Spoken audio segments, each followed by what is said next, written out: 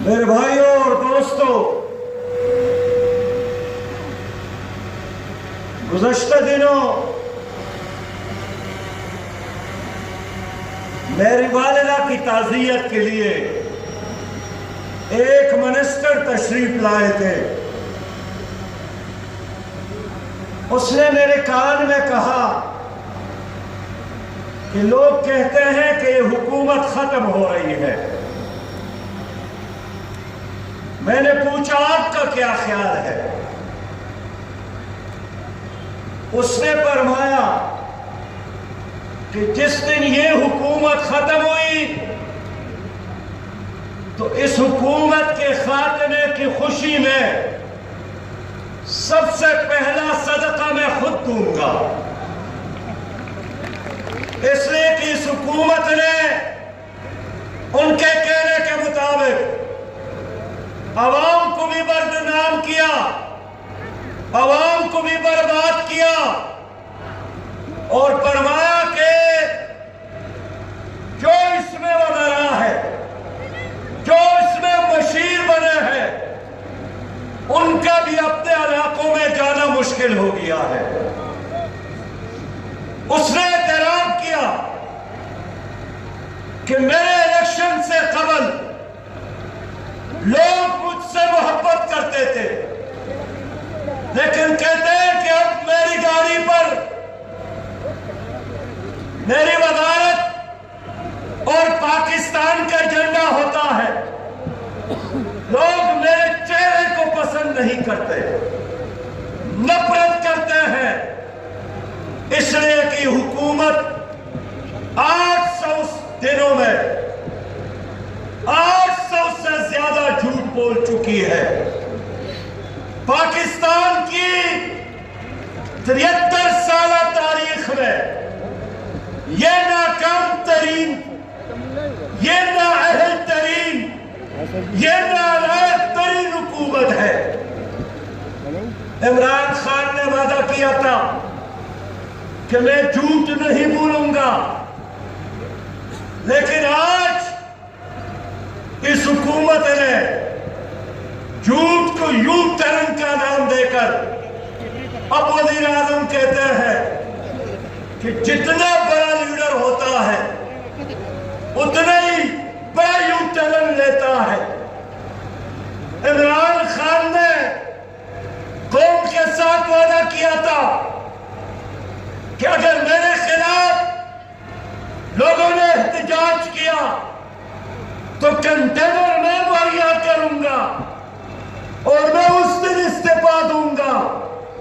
آج میں عمران خان کو یاد دلانا چاہتا ہوں کہ جناب وزیر اعظم صاحب، اب تو کراچی سے لے کر چترال تک گلی گلی میں شور ہے، گلیوں اور چوراہوں میں لوگ آپ کی حکومت پر لعنتیں بھیج رہی ہے۔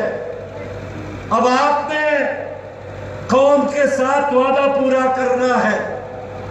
اب آپ کو اسلام آباد کے وزیر اعظم ہاؤس میں بیٹھنا اور وزارت عظمیٰ کی کرسی پر برا جمع رہنا آپ کے اعلانات کے مطابق اب آپ کے لیے ناجائز ہے، اس لیے کہ آپ نے قوم کے ساتھ جھوٹ بولا۔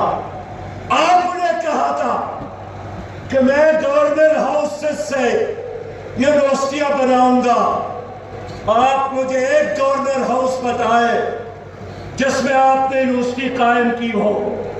آپ نے وعدہ کیا تھا کہ میں 50 لاکھ گھر دوں گا۔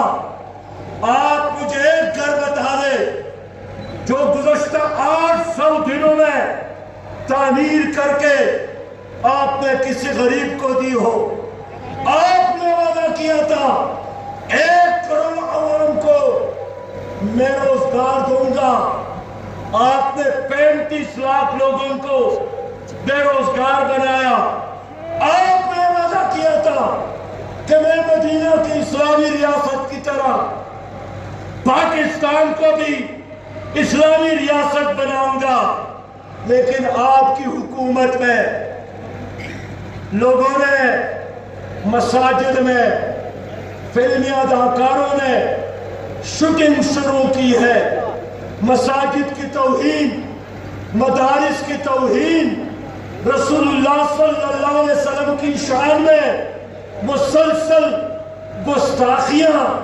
آپ مجھے بتائیں کہ 800 دنوں میں آپ نے مدینہ کی اسلامی ریاست کی طرف کون سا قدم اٹھایا؟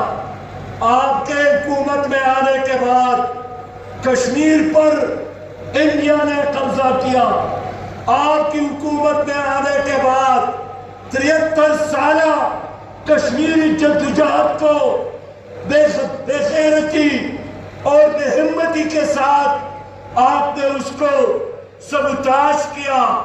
مجھے ایک وفاقی منسٹر نے کہا کہ سراج بھائی ہم سے گلہ نہ کرنا، اس لیے کہ بڑے کرسیوں پر چھوٹے لوگ بیٹھے ہیں، اس لیے ہم سے گلہ نہ کرنا۔ میرے بھائیوں، آج متحدہ امارات نے پاکستان کے لیے ویزے بند کیے ہیں۔ آج سعودی عرب کے ساتھ پاکستان کے تعلقات خراب ہو گئے ہیں۔ آج چائنا پاکستان پر اعتماد نہیں کر رہا ہے۔ آج خارج محاذ پر یہ حکومت ناکام ہو گئی ہے، امن و امان تباہ ہو گئی ہے، معیشت کا بیڑا غرق ہو گیا ہے۔ اور یہ اس حکومت کا ویژن تھا۔ فرماتے تھے میرے ساتھ 200 معاشی ماہرین ہیں، بڑے بڑے سقراط اور بقراط میرے ساتھ موجود ہے۔ پہلی حکومت قائم ہوگی تو فرمایا کہ پہلے مرغیاں پالو، پھر وہ انڈے دیں گے، انڈے بیچو، اور پھر کٹے لے لے، بکریاں لے لے، بیل خریدے، اس کو بیچو، ترقی کر لے۔ آپ یوں کہتے ہیں میرے ساتھ 200 اسکالر اور 200 معاشی ماہرین نہیں ہے، آپ کے ساتھ تو 200 مرغیاں بھی نہیں تھی۔ اور اس لیے آج پاکستان میں مرغیوں کی قیمت میں اضافہ، انڈوں کی قیمت میں اضافہ، دودھ کی قیمت میں اضافہ، آٹے کی قیمت میں اضافہ، دوائی کی قیمت میں اضافہ، گوشت کی قیمت میں اضافہ۔ وزیر اعظم صاحب، آپ کی حکومت میں ایک چیز سستی ہو گئی ہے، موت سستی ہو گئی ہے، عزت سستی ہو گئی ہے، بچوں کے عصمتیں لوٹی جا رہی ہے، عصمتیں سستی ہو گئی ہے۔ اس لیے میرے دوستو، اس حکومت نے قوم کو مایوس کیا۔ اور یہاں ایک اور اپوزیشن بھی موجود ہے، پی ڈی ایم کے نام سے۔ مجھ سے لوگ پوچھتے ہیں کہ آپ نے پی ڈی ایم کا ساتھ کیوں نہیں دیا اور آپ پی ڈی ایم کا حصہ کیوں نہیں بنے ہیں؟ میرے دوستو، میں قوم سے بات کرنا چاہتا ہوں، میں آپ لوگوں سے مشورہ کرنا چاہتا ہوں کہ پی ٹی آئی کیا ہے؟ اس میں زیادہ تر پیپل پارٹی کے لوگ ہیں، پرویز مشرف کے لوگ ہیں، مسلم لیگ کے لوگ ہیں۔ انہی لوگوں کو اکٹھا کر کے پی ٹی آئی بنائی گئی، اور آج پی ٹی آئی اور پی ڈی ایم کے درمیان غریب کے مسئلے پر اختلاف نہیں ہے، خارجہ پالیسی پر اختلاف نہیں ہے، کشمیر کے مسئلے پر اختلاف نہیں ہے، داخلہ پالیسی پر اختلاف نہیں ہے، تعلیمی پالیسی پر اختلاف نہیں ہے۔ اختلاف ہے اس چیز پر کہ آپ کیوں گھوڑے پر سوار ہے، ہمیں گھوڑے پر بیٹھنا چاہیے۔ اور آج اگر پاکستان کے اسٹیبلشمنٹ نے دودھ کا بوتل پی ٹی آئی والوں کی منہ میں رکھا ہے تو یہ لوگ چاہتے ہیں کہ وہ بوتل ہماری منہ میں ہونا چاہیے۔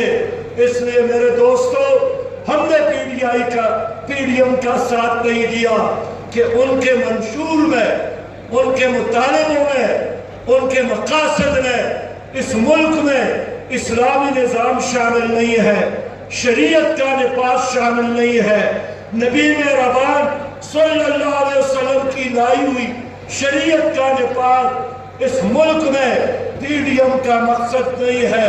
تو جس اتحاد کا اور جس مومن کا مقصد صرف اور صرف پارٹی مفادات ہو، چند خاندانوں کے مفادات ہو، چند لوگوں کے مفادات ہو، ایسے اتحاد میں ہم شامل نہیں ہیں۔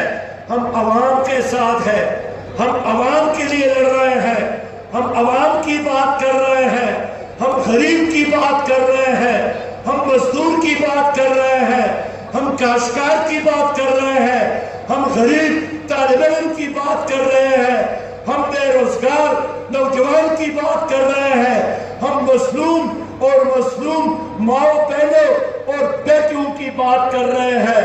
انشاءاللہ تعالی جماعت اسلامی تنہائی جدوجہد کر رہی ہے اور ہم کامیاب ہوں گے۔ میرے دوستو، میرے بھائیوں، اس لیے پی ڈی ایم والوں سے بھی میں کہنا چاہتا ہوں کہ میرے بھائیوں، کل اگر الیکشن ہو اور یہی ارینجمنٹ اور یہی انتظامیہ وہ پھر الیکشن اسی طرح کر لے جس طرح ماضی میں ہم نے الیکشن دیکھے ہیں، تو اس الیکشن کا مقصد کیا ہے؟ اس لیے اس وقت سب سے اہم مسئلہ سیاسی جماعتوں کا آپس میں ڈائیلاگ ہے اور الیکشن کو شفاف بنانا ہے، الیکشن کمیشن کو آزاد بنانا ہے، پولنگ سٹیشن اور ووٹ کو محفوظ بنانا ہے۔ ان لوگوں نے گزشتہ دنوں اس ارینجمنٹ کے ساتھ گلگت میں الیکشن کیا، نتیجہ کیا نکلا؟ الیکشن کے بعد وہاں بلاول صاحب گئے تھے، وہ بھی رو رہا ہے، مریم صاحبہ تشریف لے گئی تھی، وہ بھی رو رہی ہے۔ تو اس پروسیس، اس ارینجمنٹ، اس انتظامیہ کے تحت الیکشن کرانا اپنے آپ کو دھوکہ دینے کے مترادف ہے۔ میں تمام سیاسی جماعتوں کے ورکر سے کہتا ہوں کہ خدا کے لیے سرمایہ داروں کی سیاست سے، جاگیرداروں کی سیاست سے، ٹھیکیداروں کی سیاست سے، مافیا کی سیاست سے غریب سیاسی ورکر کو کچھ نہیں ملے گا۔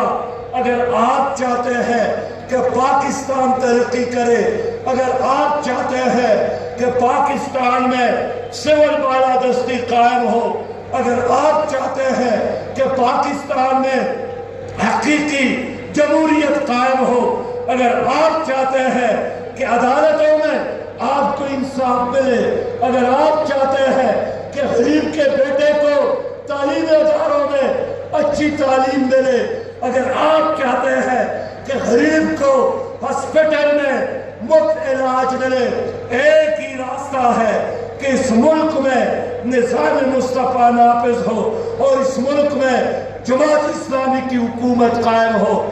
اس کے علاوہ اور کوئی آپشن نہیں ہے۔ تو آپ میرے ان مقاصد اور میرے اس ایجنڈے کے ساتھ متفق ہے کہ نہیں ہے؟ سوات کے لوگوں کا کیا فیصلہ ہے؟ آپ ساتھ دے رہے یا نہیں دے رہے ہیں؟ شما خبور پختوں کے وہی